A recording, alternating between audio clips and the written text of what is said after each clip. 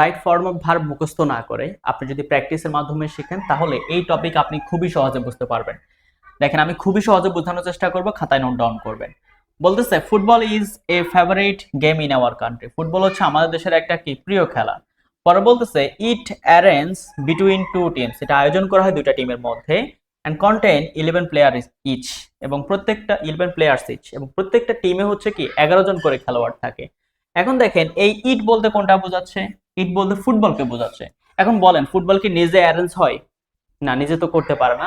তার মানে যখন নিজের কাজ নিজে করে না এই সাবজেক্ট, তখন হচ্ছে আমরা কি করি বলুন তো? আমরা এই মিজার নিয়ে থাকি প্লাস ভিত্তি করে থাকি, মানে হচ্ছে আমরা প্যাসিভ ফর্মে নিয়ে যাবে। এই তো গত ক্লাসগুলোতে বলছে। তার মানে ইটের সাথে কোনটা হবে? ইজ হবে। আর যে ভার্ব আছে তাকে আপনি ভিত্তিতে নিয়ে যান, তাহলেই হয়ে গেল আনসার। ইট ইজ অ্যারেঞ্জ,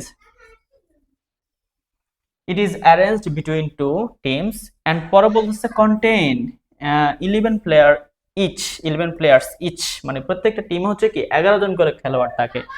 এখন এই টিমসকে মূলত হচ্ছে সে আমাদেরকে বলতেছে যে এই যে টিমস, হ্যাঁ, এই টিমসকে সে ডেসক্রাইব করতেছে, বর্ণনা করতেছে যে হ্যাঁ এই টিমগুলোতে হচ্ছে 11 জন করে খেলোয়াড় থাকে।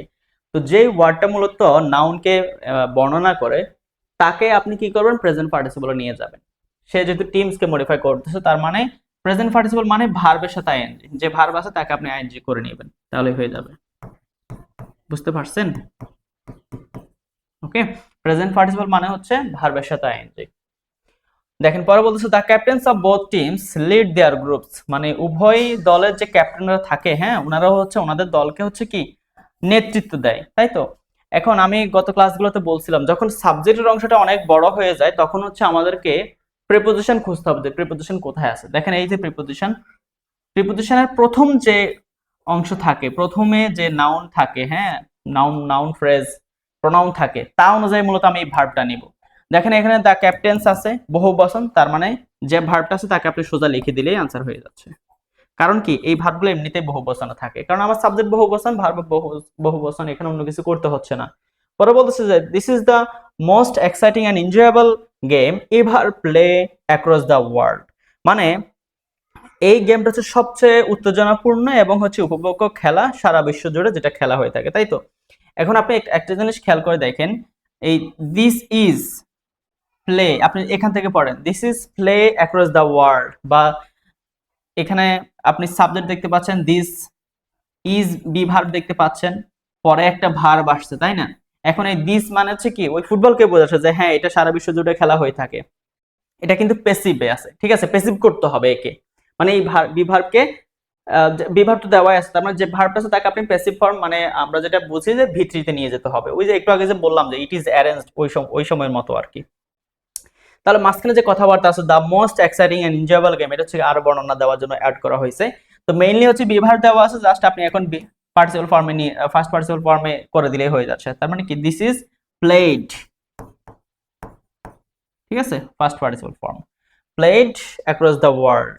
পরে বলতেছে it ran for an hour and a half with an interval after half of the time over. আচ্ছা, এখানে দেখেন বলতেছে ইট রান, ভার্ব আছে এবং ইট হচ্ছে থার্ড পারসন সিঙ্গুলার। যখন থার্ড পারসন সিঙ্গুলার হয় তখন কি ভার্বের সাথে অ্যাস বা ইএস যুক্ত করলে হচ্ছে আমার আনসারটা হয়ে যায়। ইট রানস ফর অ্যান আওয়ার, মানে এটা খেলা হয়ে থাকে 1.5 ঘন্টা ধরে, এবং আধা ঘন্টা পর হচ্ছে কি বিরতি দেওয়া হয়। পরে এখানে দেখেন এই যে টাইমের সাথে আমরা বি ভার্ব হিসেবে কোনটা নিব বলেন তো? ইজ নিব, টাইম ইজ, শেষ। তো দেখেন আমি হচ্ছে রুলস গুলো হচ্ছে এভাবে প্র্যাকটিসের মাধ্যমে শেখালে আপনি যদি খাতায় নোট ডাউন করতে হবে, শুধু ক্লাস দেখলে হবে না। তো নোট ডাউন করলে আমার মনে হয় আপনি এই টপিকে একদম সবকিছু বুঝতে পারবেন, এবং 4 থেকে 5টা ক্লাস করলে আপনার সবগুলা রুলস সম্পর্কে ভালো ধারণা হয়ে যাবে, যেটা আপনি শুধু বই পড়ে পারবেন না। পরে বলতেছে any football tournament arrange between two strong teams can be exciting, মানে যদি শক্তিশালী দুইটা টিমের মধ্যে খেলা হয়ে থাকে তখন এটা হতে পারে হ্যাঁ একটা কি উত্তেজনাপূর্ণ খেলা হয়ে থাকে। দেখেন এখানে কিন্তু অলরেডি আমার ভার্ব দেওয়া আছে ক্যান বি। আরেকটা জিনিস খেয়াল করে দেখেন এনি ফুটবল টুর্নামেন্ট, এখানে মূলত হওয়ার কথা হুইচ ইজ অ্যারেঞ্জড, এভাবে হওয়ার কথা আর কি। তো এখানে এই ক্লজকে রিডিউস করার জন্য আমরা এত কিছু করব না, আমরা হচ্ছে হুইচ ইজ এগুলো বাদ দিব, আমরা শুধুমাত্র অ্যারেঞ্জড নিব। আমরা শুধুমাত্র কি নিতে হবে? অ্যারেঞ্জ নিতে হবে। ইজ অ্যারেঞ্জড দিলে হচ্ছে এখানে যে ক্যান বি আছে যার জন্য হচ্ছে হবে না, এখানে হবে any football tournament arranged between two strong teams can be exciting, ঠিক আছে, যেটা হতে পারে কি উত্তেজনাপূর্ণ। পরে বলতেছে the result remain almost unpredictable till, মানে শেষ পর্যন্ত এটা মানে একটা অনিশ্চয়তার মধ্যে যায় যে কে জিতবে না কে জিতবে। The end because any team might win against the other team, অর্থাৎ একদম শেষ মুহূর্তে গিয়ে এই যে score a goal within seconds, মানে সেকেন্ডের মধ্যে হচ্ছে কেউ একজন গোল দিয়ে হচ্ছে সে জিতে যেতে পারতো, এটা যেন বলতেছে শেষ পর্যন্ত কি থাকে, এটা একটা অনিশ্চয়তার মধ্যে দিয়ে যায়। তার মানে দিস রেজাল্ট এটা সিঙ্গুলার ফর্ম, আর রিমেইন তাহলে সিঙ্গুলার ফর্ম হলে আমরা কি করি সাধারণত ভার্বের সাথে কি আমার যে ভার্ব থাকে তাকে আপনি এস বাই এস যুক্ত করে দিলে হচ্ছে হয়ে যাচ্ছে। এগুলো আমরা প্রথম ক্লাস থেকে শিখে আসতেছি, ঠিক আছে, আগের ক্লাসগুলো করলে এই বিষয়গুলো আরো বেশি পরিষ্কার হয়ে যাবে। এখন দেখেন এখানে মজার ব্যাপার একটা আছে, দ্য আদার টিম সে যে গোল করে স্কোর করে, হ্যাঁ, উইথ উইথ সেকেন্ডের মধ্যে যে হতে পারে। এখন এখানে বাই হওয়ার কথা, বুঝতে পারছেন, বাই হলে যে ভার্ব আছে তাকে আপনি শুধু আইএনজি করে দিলে হয়ে যাচ্ছে, কারণ আমরা জানি প্রিপোজিশনের পরে ভার্বের সাথে আইএনজি, প্রিপোজিশনের পরে কি ভার্বের সাথে আইএনজি। আচ্ছা, a goal within seconds, the referee is to see whether rules and orders maintained by the players, মানে রেফারি খেয়াল করে বা মেইনটেইন করে যে হ্যাঁ রুলস এন্ড অর্ডারস গুলি, তাই না। সো যে প্লেয়াররা হচ্ছে এটা ঠিক মতো করে কিনা, তারা নিয়ম শৃঙ্খলা মানতেছে কিনা, এটা কে নিশ্চিত করে বলুন তো, রেফারি নিশ্চিত করে, ঠিক আছে, সে দেখে রুলস এন্ড অর্ডার গুলো। এখন এই যে রুলস এন্ড অর্ডার, হ্যাঁ, এটা হচ্ছে বহু বচন, আর এখানে বাই যুক্ত আছে, তাই না, যখন সেন্টেন্সে বাই থাকে তখন বোঝা যায় যে এখানে আপনি প্যাসিভ ফর্ম করতে হবে।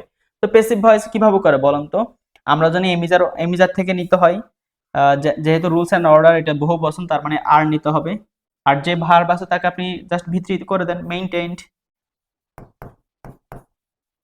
তাহলে কিন্তু হয়ে গেল, তাই না, এই যে মেইনটেইনড আর মেইনটেইনড। ওকে, তো এই হলো আমাদের রাইট ফর্ম ভার্বের ক্লাস, যেখানে আমি রুলস গুলো বোঝানোর চেষ্টা করছি প্র্যাকটিসের মাধ্যমে। এখন আপনি যদি খাতায় নোট ডাউন করেন তাহলে আপনি এই টপিক অনেক সহজে বুঝতে পারবেন। আর যারা হচ্ছে গ্রামার অনেক বেশি দুর্বল, চাইলে হচ্ছে আপনি আমাদের নতুন ব্যাচে ভর্তি হতে পারেন। আমাদের নতুন ব্যাচে ভর্তি চলছে এবং বর্তমান চলমান ব্যাচে আপনি ফ্রিতে ক্লাস করতে পারবেন যদি হচ্ছে আপনি পরবর্তী ব্যাচের জন্য ভর্তি কনফার্ম করেন। কেমন, আমাদের সপ্তাহে 3 দিন লাইভ ক্লাস হয়, বৃহস্পতিবার, শুক্রবার এবং শনিবার রাত 9টা থেকে 10টা। আর যারা রেকর্ড কোর্স নিতে চাচ্ছেন, মানে অল্প সময় যারা শিখতে চাচ্ছেন, তারা কিন্তু কল দিয়ে আপনি রেকর্ড কোর্স অল্প মূল্যে নিতে পারবেন। তো ক্লাসগুলো অনেক বেশি শেয়ার করবেন। সবাই ভালো থাকবেন। আসসালামু আলাইকুম।